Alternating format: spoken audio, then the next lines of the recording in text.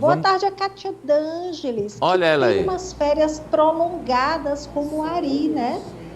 Sim. Eu sei porque que ela está dizendo isso. Eu sei. Ela estava sentindo o calor e o sol do Ceará nas minhas mídias digitais. Sentindo saudade de você. Só isso. Não, agora eu só não Telespectador sente. Socorro, agora não dá para comparar. Ó, se juntar as férias aqui... Minha gente, eita! De todo mundo, se juntar as férias de todos os funcionários, olha o que eu estou falando aqui, todos os funcionários do Grupo Meu Norte de Comunicação, todos, dá metade das férias do Ari. Sobrou pro Ari. Olha, eu quero agradecer, viu, Socorro? Eu acho que não. Eu sempre, quando eu tenho um tete-a-tete com o Ari, eu acho que ele tem que ter mais. Exatamente. Não é suficiente, não. A gente trabalha, mas a gente merece férias. E quanto mais anos de trabalho, mais férias precisamos ter. Não é isso, direção? Alô, chefia? A Socorro está na Europa e eu quero agradecer por ter existido um homem chamado Léon Blum, que foi o primeiro-ministro da França que criou as férias remuneradas. Porque se dependesse do Amadeu, o Amadeu Temer, a reforma da Previdência, a reforma trabalhista, tinham sido muito mais draconianas. Obrigado, Socorro. Agora, falando sério, Amadeu, o que é cada vez mais comum aqui na Áustria, e não só na Áustria, mas eu falo aqui pelo exemplo, que eu vejo diariamente, é a semana de 4 dias. Aí. Muita gente no comércio aqui só trabalha 4 dias. Socorro, não dê essa ideia pro Ari, não. Mas tem 3 dias de folga. Socorro, não dê essa ideia na frente do Ari, meu Deus. É o Ari. A semana dele já é de 2 dias. Ao pé da letra, se você for pro ano todo, a semana de trabalho dele é de 2 dias. Aí você vem com isso aí. Mas vamos lá, é o seguinte. Aliás, vou começar com notícia boa, é rapidinho, um flash. Socorro traz aí uma pesquisa, rapaz. Pode soltar foguete, Ari. Pode soltar foguete. Escuta o barulho do foguete aí, Ari. É a pesquisa, é o Trump. Olha, o Trump contra o Biden. É a semana de 4 dias que vai ser implantada aqui? Olha, ó, Trump com Biden aí, ó. Olha como é que tá. Foi uma pesquisa. Olha, vai, Farol, é tu mesmo, vai lá. Pesquisa eleitoral presidencial dos Estados Unidos. Aí, ó. É da Reuters e o Instituto Ipsos. Trump tem 40% das intenções de voto, dos votos, né, dos delegados. E Biden perde com 34%. Fica felizinho, Farol. Fica aí felizinho. Fake news. Olha, Trump aí 6 pontos, viu? Essa pesquisa que foi divulgada hoje, como o Ari falou pelo Reuters e o Instituto Ipsos, são 6 pontos de diferença. O Trump tem 40% das intenções de voto, isso não dos delegados, de público em geral, né? 40%, e o Biden tem 34%. Isso significa, Amadeu, que o Trump está subindo as intenções de voto. Ele continua, porque o mesmo instituto divulgou uma pesquisa no começo deste mês e os 2 candidatos estavam praticamente empatados, com 35% dos votos. Agora tem uma outra situação, um outro cenário que a gente vê na tela, também do mesmo instituto, também divulgada hoje, com um terceiro candidato independente, que é aí o sobrinho do presidente Kennedy. Então aí a gente vê, mesmo assim o Trump continua batendo o Biden por 6 pontos. Trump com 36%, o Biden com 30% das intenções de voto e o Robert F. Kennedy Jr. com 8% dos votos. Foram 1.250 pessoas entrevistadas, a margem de erro é de 3%, e essa pesquisa mostra que, no geral, o eleitor americano não está satisfeito com os nomes do Partido Republicano nem do Partido Democrata. 70% dos entrevistados, e aí metade dos democratas entrevistados, acham que o presidente Biden não deve se candidatar novamente porque ele está muito velho. E para 56% dos entrevistados, e aí sendo 1/3 dos republicanos, o presidente Trump também com 77% já passou da idade de ser presidente americano. Amadeu. Quem sou eu mas se eu fosse americano eu iria pesquisar mais aí sobre o Robert Kennedy, né? Robert Kennedy, o independente. Isso. Eu iria pesquisar mais sobre ele, sabe? Quem sabe, por que não? É a primeira vez tem na história. Tem primeira vez na história americana, um independente. É o seguinte, vamos agora à manchete do monstro. O monstro pode ser colocado em liberdade, hein? É na Áustria onde a Socorro está, meu Deus, Ari. Monstro austríaco que manteve a filha em cativeiro e a estuprou durante 24 anos pode ter liberdade condicional. Socorro, Sampaio. Pode sim, Amadeu. O Joseph Fritz, de 88 anos, ele foi transferido hoje de uma penitenciária de alta segurança, onde ele estava em uma ala para pacientes com problemas mentais, e foi para uma prisão considerada normal, uma prisão regular, aqui a menos de 100 quilômetros de Viena. Para a defesa do prisioneiro, esse foi o primeiro passo para a liberdade condicional dele, que já pode acontecer no próximo ano, e a justiça austríaca permite isso. Ele foi condenado à prisão perpétua em 2019 e cumpriu 15 anos de prisão. Então, a lei aqui permite isso. Ele foi condenado, entre outras coisas, por incesto, por sequestro, por mais de 3.000 estupros, isso da filha, por assassinato, por negligência de um recém-nascido, filho dele, com a filha. Ele manteve a garota em cativeiro no porão da casa em que ele morava com a esposa e mais os filhos.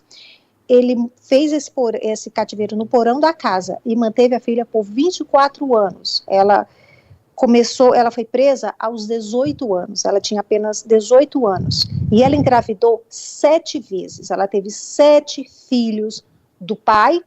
Um, que foi esse recém-nascido que morreu, o pai jogou o bebê, que havia morrido, ele jogou no incinerador. Outros 3 filhos ela pôde manter no cativeiro com ela.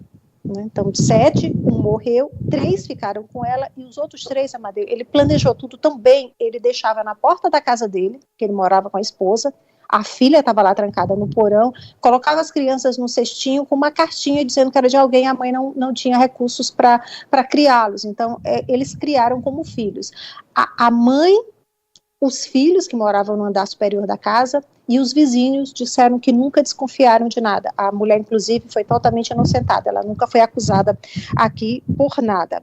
A defesa hoje alegou que o Joseph Fritz, de 88 anos, está bastante frágil, ele tem demência, e a justiça, o tribunal, concluiu que ele não oferece mais perigo. A advogada disse que ele estava bastante emocionado quando foi transferido para esse outro presídio, ele chegou a ter lágrimas nos olhos e diz para ela que tem refletido bastante esses anos sobre o que fez com a filha. A filha, a Elizabeth, ela trocou de nome junto com os filhos, eles assumiram uma nova identidade, se mudaram para o local que, claro, não foi identificado, não foi revelado, isso com a ajuda do Estado austríaco. Amadeu. Vou passar aqui para a Kátia.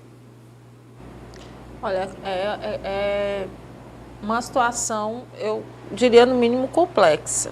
Né? Ele tem os direitos dele, mas isso não apaga de forma alguma. O nome monstro não é à toa. Né? E assim, Amadeu, essa situação que eu sempre vejo por esse lado também, quando se trata desse tipo de violência, quando qualquer aceno de misericórdia, qualquer aceno, eu acredito que incentiva. Outros. Exatamente. Apoliana. Amadeu, eu posso estar aqui sendo polêmica um tanto, mas é uma posição pessoal minha. Obviamente, no Brasil, isso não existe, mas a gente sabe que existe ao redor do mundo, mas para a gente, assim, só tem um tipo de condenação. A gente até discutiu isso essa semana, o caso de um homem que sobreviveu, né, à injeção letal, vai passar por um processo, hoje. Vai ser executado. Então, daqui a pouco. Eu acho que nesses casos não tem outro remédio. A Kátia disse ali sobre não ter misericórdia, mas, gente, assim, não merece viver. Acho que a pena de morte, nesse caso, é absurdo, dá ânsia. A Socorro ia falando e era um absurdo atrás do outro.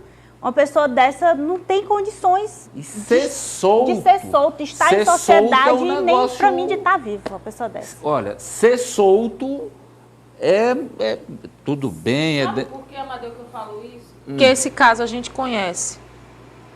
E existem... E tantos outros encobertos, e o medo abafa, e o temor da denúncia, meu Deus. Socorro, vamos emendar com Muito parecido, Amadeu. A garota ficou presa 8 anos. E essa conseguiu fugir. Essa menina conseguiu fugir também aqui na Áustria. Já no caso da filha do Fritz, ele permitiu que um dos filhos, que a filha teve com ele, que estava muito doente, fosse levado para um hospital. Quando o garoto chegou no hospital, era uma doença estranha, os médicos precisaram contactar a mãe para saber exatamente o que acontecia com o filho, e foi aí que tudo foi descoberto. Um crime que chocou o mundo. Não, negócio... E como ele planejou tudo, Amadeu. Ele disse para a mãe que a garota tinha fugido de casa, tinha ido embora com uma seita. Foi a polícia dizer que ela estava desaparecida. A garota foi dada como desaparecida, e ele construiu tudo isso no porão de casa, e não há remissão possível. Não sabia de nada. 24 anos. Não há remissão possível para um psicopata como esse. Não há remissão possível. Eu sou cristão, tudo, mas também não quero que vá matá-lo. Mas deixa ele lá, onde ele está demente, continua, está preso, continua, e vai até o último dia da vida dele aí, mofando na cadeia. Mas vamos agora a essa outra polêmica, que é a execução por asfixia. É daqui a pouco, Socorro? 3 da tarde que está marcado? Amadeu, eu troquei aí um pouco os horários. Essa execução vai adiante. O Supremo americano rejeitou o apelo para que essa morte, que essa execução por gás nitrogênio fosse suspensa. Então está marcada para acontecer hoje, às 6 horas da tarde, horário do estado do Alabama, que é 9 horas da noite, horário do Brasil. A gente vê aí o prisioneiro, que foi condenado em 1996, pelo assassinato da mulher de um pastor. Foi uma morte trágica, ela foi bastante espancada, depois morreu com golpes na cabeça. E há muitos apelos, porque essa morte com hidrogênio é a primeira vez que vai ser usada nos Estados Unidos. A gente vê aí, o prisioneiro vai ser amarrado a uma maca, vão colocar uma máscara que cobre o nariz, que cobre a boca, e que libera gás nitrogênio, ele não vai poder respirar, ele fica sem oxigênio. O estado do Alabama diz que vai ser uma morte humana, foi bastante polêmica essa declaração. É uma morte que ele não vai sofrer, ele vai ficar inconsciente em segundos, e que em poucos minutos o paciente vai morrer. A defesa diz que esse tipo de morte vai causar um enorme sofrimento, que o gás pode vazar, causando danos para as outras pessoas que estão lá na sala, pessoas que vão assistir essa execução. A ONU já classificou que pode sim ser uma tortura. Mesmo assim, a justiça americana diz que a execução vai prosseguir, Amadeu, a menos que tenha ainda um recurso de última hora. Ari? Amadeu, eu sou contra a pena de morte, tá? Diferentemente da colega Poliana Oliveira, eu acho que a prisão perpétua deveria ser a pena máxima. Eu acho que é uma questão de fórum íntimo, tá? Um pensamento, uma defesa que eu faço como cristão católico. Sou contra a pena de morte. E nesse caso, então, onde se há dúvida se o método vai resultar em uma morte lenta e dolorosa, ou seja, uma morte ainda mais desumana que as execuções em geral, é um completo absurdo. Alessio? Olha, Amadeu, eu acredito que não vai ser sem sofrimento, né? Está sendo um desses argumentos utilizados pela defesa, porque já é dito até mesmo pelos próprios executores que é questão de minutos. Agora, você imagina, você passar minutos sem conseguir respirar. Se isso não for sofrimento, eu não imagino qual uma forma ainda mais sofrida realmente da pessoa ter essa pena executada, Amadeu. A guilhotina, como Maria Antonieta, ou essa do nitrogênio? A guilhotina é mais rápida, né? A mais indolor e mais rápida. Não, eu estou fazendo aqui uma provocação a vocês. O homem andou, a guilhotina foi em 1780, 90, não é isso? século XVIII. A gente andou aí 2 Finalzinho séculos. do século XVIII. Pois é, a gente andou aí 2 séculos, 3, 2, sei lá, 200 anos, mais. E aí? Acho que a diferença evoluiu seria só mesmo no nosso sistema de justiça, né? Porque lá naquela época Não, eu tô falando... você discordou só, mas tem Não, questão... Apoliana, mas eu estou falando dessa questão que a Procuradoria que justificou lá no documento, Socorro? A Procuradoria que disse que era uma morte tranquila E humana. e humana.